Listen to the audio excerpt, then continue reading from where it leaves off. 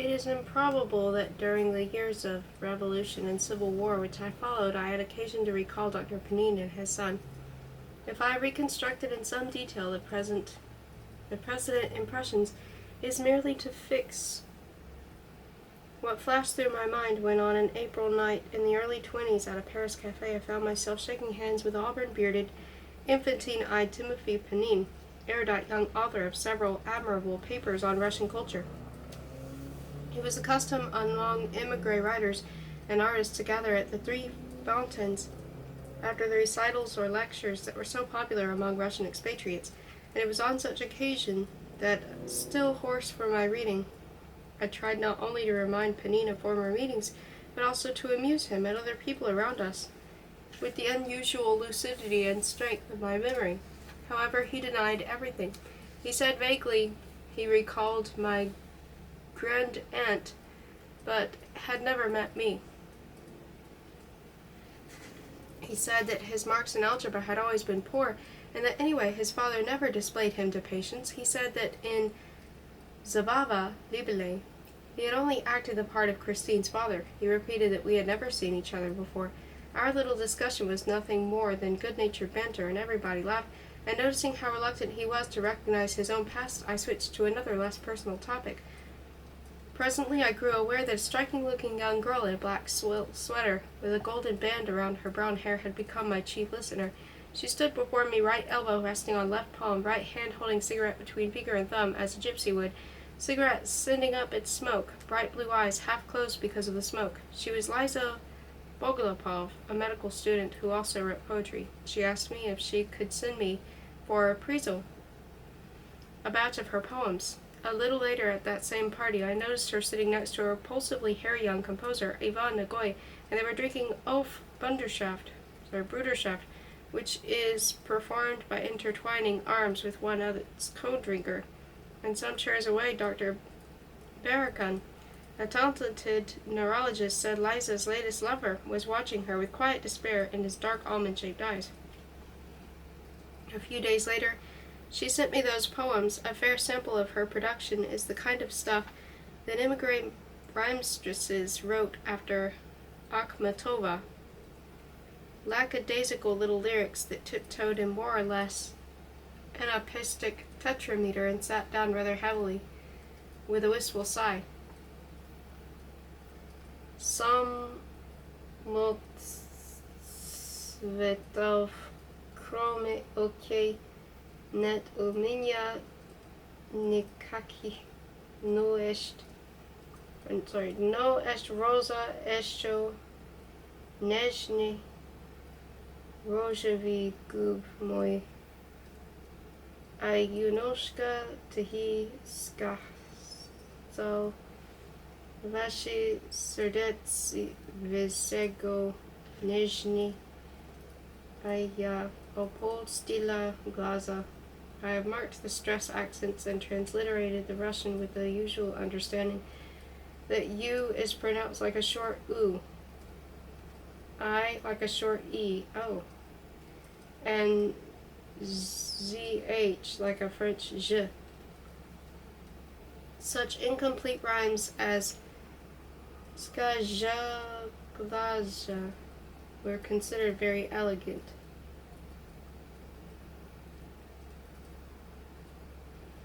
Note also the erotic undercurrents and coeur d'amour implications. A prose translation would go, no jewels save my ears do I own, but I have a rose which is even softer than my rosy lips. And a quiet youth said, there is nothing softer than your heart, and I lowered my gaze. I wrote back telling Liza that her poems were bad and she ought to stop composing. Some time later, I saw her in another cafe, sitting at a long table of bloom and ablaze among a dozen young Russian poets. She kept her sapphire glance on me with a mocking and mysterious persistence. We talked. I suggested she let me see those poems again in some quieter place. She did. I told her they struck me as being even worse than they had seemed at the first reading. She lived in the cheapest room of the decadent little hotel with no bath and a pair of twittering young Englishmen for neighbors. Poor Liza, she had of course her artistic moments, when she would stop entranced on a May night in a squalid street to admire, nay, to adore, the motley remains of an old poster on a wet black wall in the light of a street lamp, and the translucent green of linden leaves where they drooped next to the lamp, but she was one of those women who combine healthy good looks with hysterical sloppiness, lyrical outburst with a very practical and very commonplace mind, a vile temper with sentimentality, and languorous surrender with robust capacity for sending people on wild-goose errands. In the result of emotions and in the course of events, the narration of which would be of no public interest whatsoever, Liza swallowed a handful of sleeping pills. As she tumbled into unconsciousness, she knocked over an open bottle of the deep red ink which she used to write down her verses, and that bright trickle coming from under her door was noticed by Chris and Lou just in time to have her saved.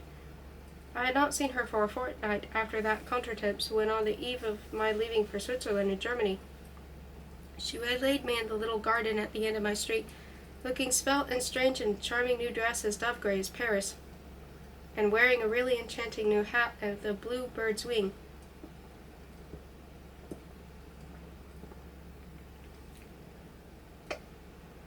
And handed me a folded paper. I want a last piece of advice from you, said Liza, in what the French call a white voice.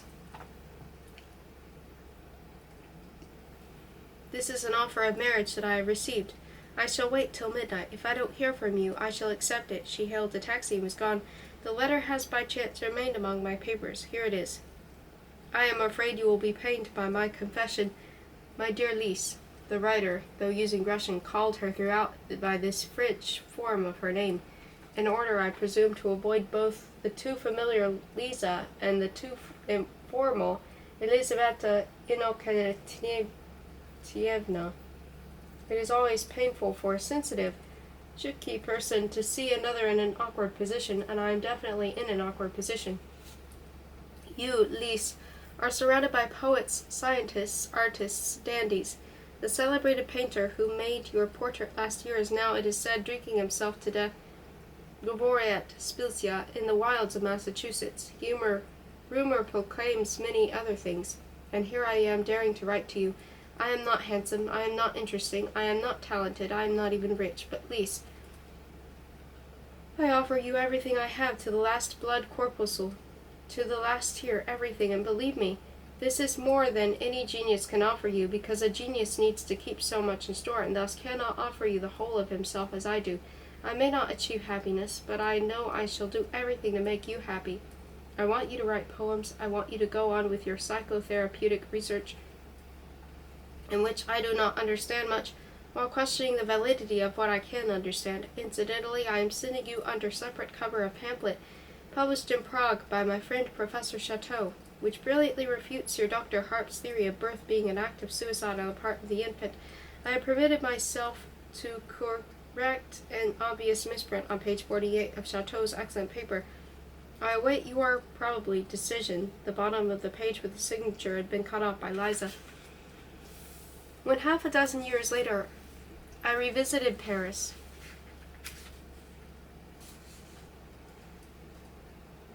I learned that Timothy Pnin had married Liza Boglopov soon after my departure.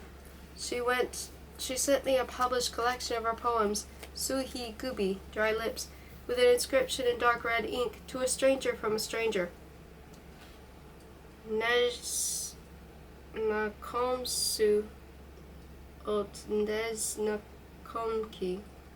I saw Pnin and her at an evening tea in the apartment of a famous emigre, a social revolutionary, one of those informal gatherings where old-fashioned terrorists, heroic nuns, gifted hedonists, liberals, adventurous young poets, elderly novelists and artists, publishers and publicists, free-minded philosophers and scholars would represent a kind of special knighthood, the active and significant nucleus of an exiled society,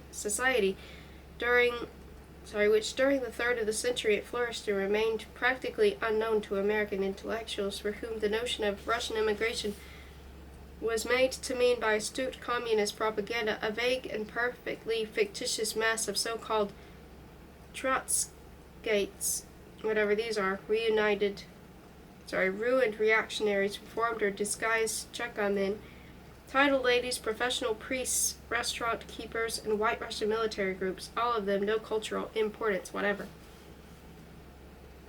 taking advantage of Pnin's being engaged in a political discussion with Kerensky. At the other end of the table, Liza informed me with her usual crude candor that she had told Timothy everything, that he was a saint and had pardoned me. Fortunately, she did not often accompany him to later receptions where I had the pleasure of sitting next to him or opposite him in the company of dear friends on our small lone planet above the black and diamond city, with the lamplight on this or that Socratic cranium and a slice of lemon revolving the glass of stirred tea. One night, as Dr. Barakan, Pnin, and I were sitting at the Bolotovs, I happened to be talking to the neurologist about a cousin of his, Ludmilla, now Lady D, whom I had known in Yalta, Athens, and London, when suddenly Pnin cried to Dr. Barakan across the table, "Now don't believe a word he says, Grigory Aramovich. He makes up everything. He once invented that we were schoolmates in Russia and cribbed at examinations. He is a dreadful inventor. On ujni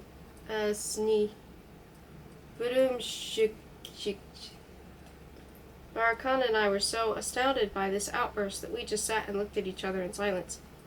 In the rememoration of old relationships, later impressions often tend to be dimmer than earlier ones. I recall talking to Liza and her new husband, Dr. Eric Wind, in between two acts of Russian play in New York sometime in the early 40s. He said he had a really tender feeling for Herr Professor Pnin and gave me some bizarre details of their voyage together from Europe in the beginning of World War II. I ran into Pnin several times during those years at various social and academic functions in New York. But the only vivid recollection I have is of our ride together on a West Side bus on a very festive and very wet night in 1952. We had come from our respective colleges to participate in a literary and artistic program before a large immigrant audience in downtown New York on the occasion of the 100th anniversary of a great writer's death.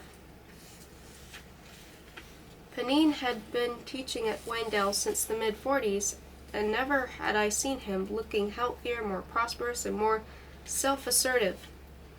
He and I turned out to be as he quipped, Vosnidyatniki, men of the 80s, that is, we both happened to have lodgings for the night in the West 80s, and as we hung from adjacent straps in the crowded and spasmodic vehicle, my good friend managed to combine a vigorous ducking and twisting of the head in his continuous attempts to check and recheck the numbers of cross streets, with a magnificent account of all he had not had sufficient time to say at the celebration on Homer's and Gogol's use of rambling comparison. When I decided to accept professorship at Wendell, I stipulated that I could invite whomever I wanted for teaching in the special Russian division I planned to inaugurate. With this confirmed, I wrote to Timothy Pnin, offering him in the most cordial terms I could muster to assist me in any way and to any extent he desired. His answer surprised me and hurt me. Curtly, he wrote that he was through with teaching and would not even bother to wait till the end of the spring term. Then he turned to other subjects. Victor, about whom I had politely inquired, was in Rome with his mother. She had divorced her third husband and married an Italian art dealer. Pnin concluded his letter by saying that, to his great regret, he would be leaving Wendell 2 or 3 days before the public lecture that I was to give there Tuesday, February the 15th. He did not specify his destination.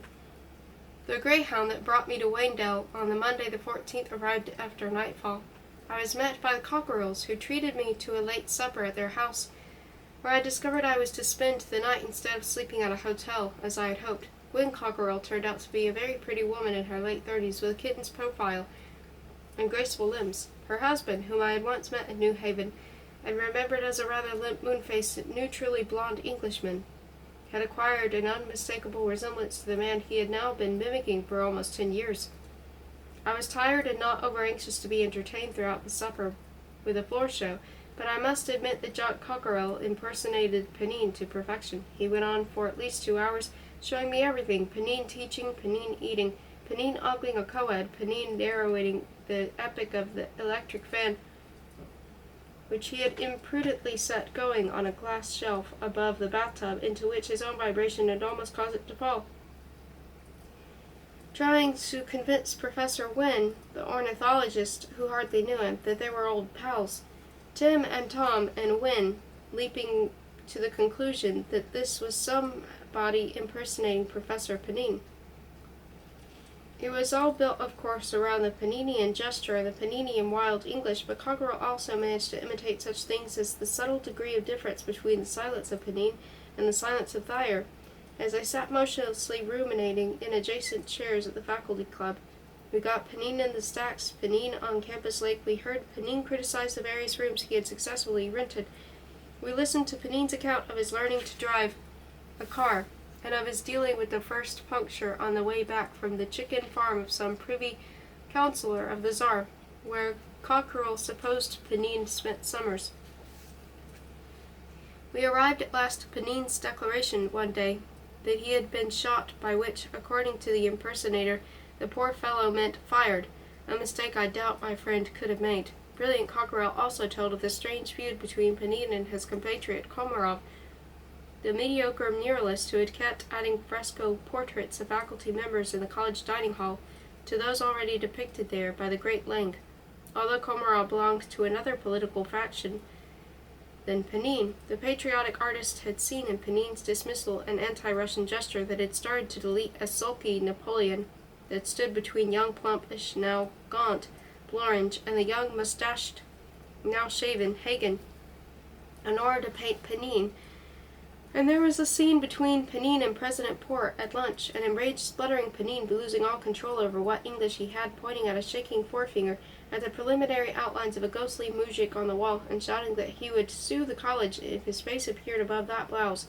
And there was his audience, imperturbable Port, trapped in the dark of his total blindness, waiting for Pnin to peter out, and then asking at large, "Is that foreign gentleman on our staff?" Oh, the impersonation was deliciously funny. And although Gwen Cockerell must have heard the program many times before, she laughed so loud that their old dog Sobokovich, a brown cocker with a tear-stained face, began to fidget and sniff at me. The performance, I repeat, was magnificent, but it was too long. By midnight the fun began to thin. The smile I was keeping afloat began to develop. I felt symptoms of a labial cramp. Finally the whole thing grew to such a bore that I fell wondering if by some poetical vengeance this Pnin business had not become with Cockerell the kind of fatal obsession which substitutes its own victim for that of the initial ridicule. We had been having a good deal of scotch, and sometime after midnight Cockerell made one of those sudden decisions that seem so bright and gay at a certain stage of intoxication. He said he was sure foxy old Pnin had not really left yesterday, but was lying low. So why not telephone and find out? He made the call, and although there was no answer on to the series of compelling notes which simulate the far sound of actual ringing in an imaginary hallway, it stood to reason that this perfectly healthy telephone would have been probably disconnected had Pnin really vacated the house. I was foolishly eager to say something friendly to my good Timothy Pollock, and so after a little while I attempted to reach him too. Suddenly there was a click, a sonic vista, the response of a heavy breathing, and then a poorly disguised voice said, "He is not at home, he has gone, but he has quite gone," after which the speaker hung up, but none save my old friend, not even his best imitator, could rhyme so emphatically "at" with the German "Pass," and "home" with the French "home," and "gone" with the head of "funeral." Cockerell then proposed driving over to 999 Todd Road and serenading its burrowed tenant, but here Miss Cockerell intervened, and after an evening that somehow left me with the mental counterpart of a bad taste in the mouth, we all went to bed. I spent the poor night in a charming, airy, prettily furnished room where neither window nor door closed properly, and where an omnibus edition of Sherlock Holmes, which had pursued me for years, supported by a bedside lamp, so weak and wan that the set of galleries I had brought with me to correct could not be sweeten insomnia. The thunder of trucks rocked the house every 2 minutes or so. I kept dozing off and sitting up with a gasp, and through the parity of a window shade, some light from the street reached the mirror and dazzled me into thinking I was facing a firing squad. I am so constituted that I absolutely must gulp down the juice of 3 oranges before confronting the rigors of the day. So at 7:30 I took a quick shower, and 5 minutes later I was out of the house in the company of the long-eared and dejected Sobokovich. The air was keen, the sky clear, and burnished southward The empty road could be seen ascending a gray-blue hill among patches of snow. A tall, leafless poplar as brown as a broom rose on my right, and its long morning shadow crossing to the opposite side of the street and reached their crenulated, cream-colored house, which, according to Cockerell, had been thought to be my predecessor to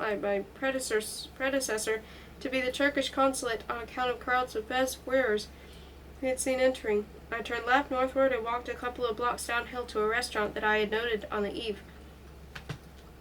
But the place had not opened yet, and I turned back. Hardly had I taken a couple of steps when a great truck carrying beer rumbled up the street, immediately followed by a small pale blue sedan, with the white head of a dog looking out, after which came another great truck, exactly similar to the first. The humble sedan was crammed with bundles and suitcases. Its driver was Pnin. I emitted a roar of greeting, but he did not see me, and my only hope was that I might walk uphill fast enough to catch him, while a red light 1 block ahead kept him at bay.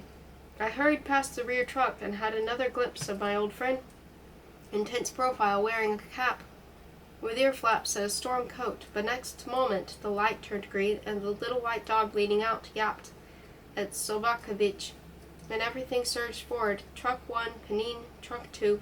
From where I stood, I watched them recede in the frame of the roadway between the Moorish house and the Lombardy poplar. Then the little sedan boldly swung past the front truck, and free at last spurted up the shining road, which one could make out narrowing to a thread of gold in the soft mist, where hill after hill made beauty of distance, and where there was simply no saying what miracle might happen. Cockerell, brown-robed and sandaled, let in the cocker and led me kitchenward to a British breakfast of depressing kidney and fish. "And now," he said, "I am going to tell you the story of Pnin, rising to address the Cremona Women's Club and discovering he had brought the wrong lecture." Vladimir Nabokov was born in St. Petersburg, Russia in 1899. In 1919 he left Russia and took his degree at Trinity College, Cambridge. He continued for 15 years to write novels in his native language that established him as one of the leading Russian writers of his generation, though his books were published in and were circulated only in the West. In 1940 he came to the United States and began to write in English. He was professor of literature at Cornell University and has been a regular contributor to The New Yorker. His works in English include The Real Life of Sebastian Knight, Gogol, a biography, Bend Sinister, Conclusive Evidence, Lolita, as well as short stories and poems. Thank you for listening to Pnin by Vladimir Nabokov. It's still sad to me because I still feel like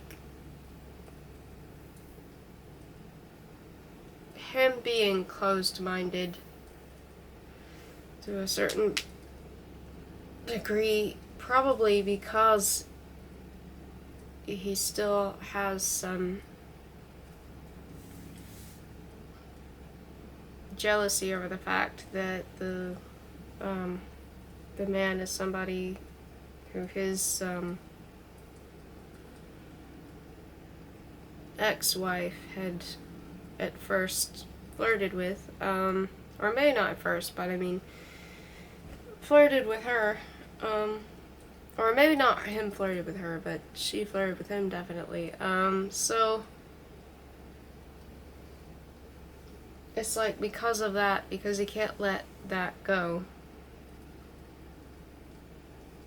he refuses the thing that would have allowed him to have a nice, like, permanent residence.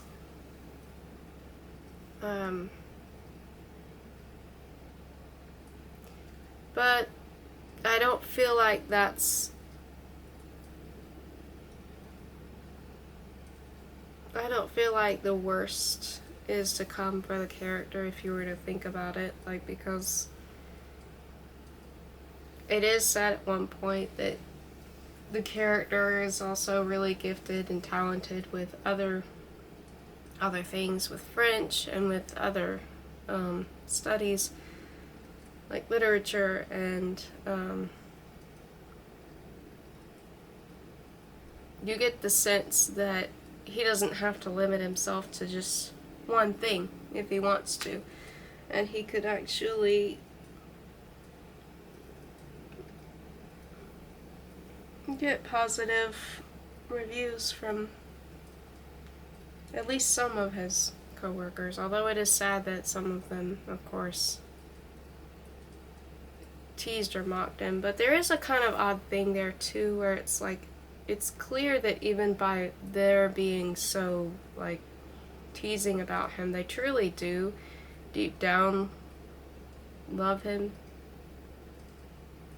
in a way, because it's like, you have to have a certain form of obsession to be able to make fun of something, or make fun of someone to that extreme, I guess. I feel like.